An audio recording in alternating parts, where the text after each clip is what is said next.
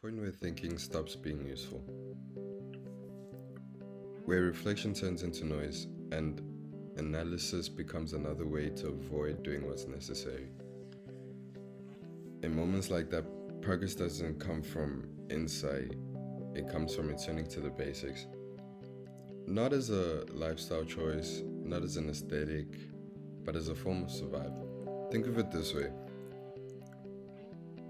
When life becomes unstable, the mind wants answers, right? It wants explanations, reasons, a clear sense of where everything is going. But what I've learned over the past week is that I feel like the body doesn't need direction, it needs regulation.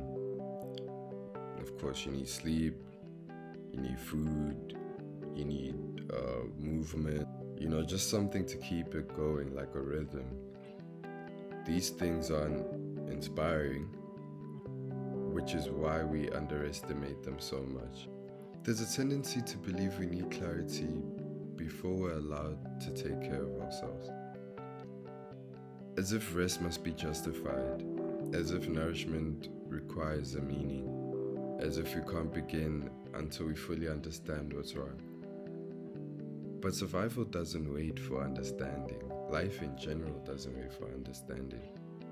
It starts with maintenance. In difficult periods, doing only what's necessary can feel like a failure. Drinking water doesn't resolve uncertainty. Walking outside doesn't solve your life. Routine doesn't answer the big questions you ask in life. But it keeps you stable, just long enough for you to face those questions without collapsing. And what I've learned is that maintaining good habits, especially through tough times, can take you so far in life and just make you the best version of yourself, which is something I want to strive to be. So that's why we should go back to basics in a sense, because if we have a good foundation to build off of, everything will be okay. When everything feels overwhelming, the problem is often scale. Your world has become too large to carry everything that you have to carry all at once. And a solution that I like to make practical in my day-to-day isn't ambition, it's reduction. I need to start asking smaller questions, have shorter timelines, and focus on my immediate needs. In tough moments, don't ask yourself, what does this mean? Instead, ask yourself, did I sleep? Did I eat? Did I move my body today? Did I step outside? People may see this as avoidance tactics, but to me, they're grounding mechanisms.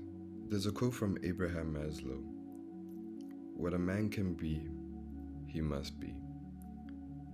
Because when you're struggling to stay afloat, meaning is secondary. You don't need philosophy. What you need is oxygen. And this is the part that's easy to overlook. Sometimes discipline doesn't look like pushing forward. It looks like refusing to spiral. It looks like choosing repetition over revelation. If you're in a difficult moment, don't try to repair your entire life at once. Reduce the scope, man. Take care of what's immediate, what's physical, what's within reach.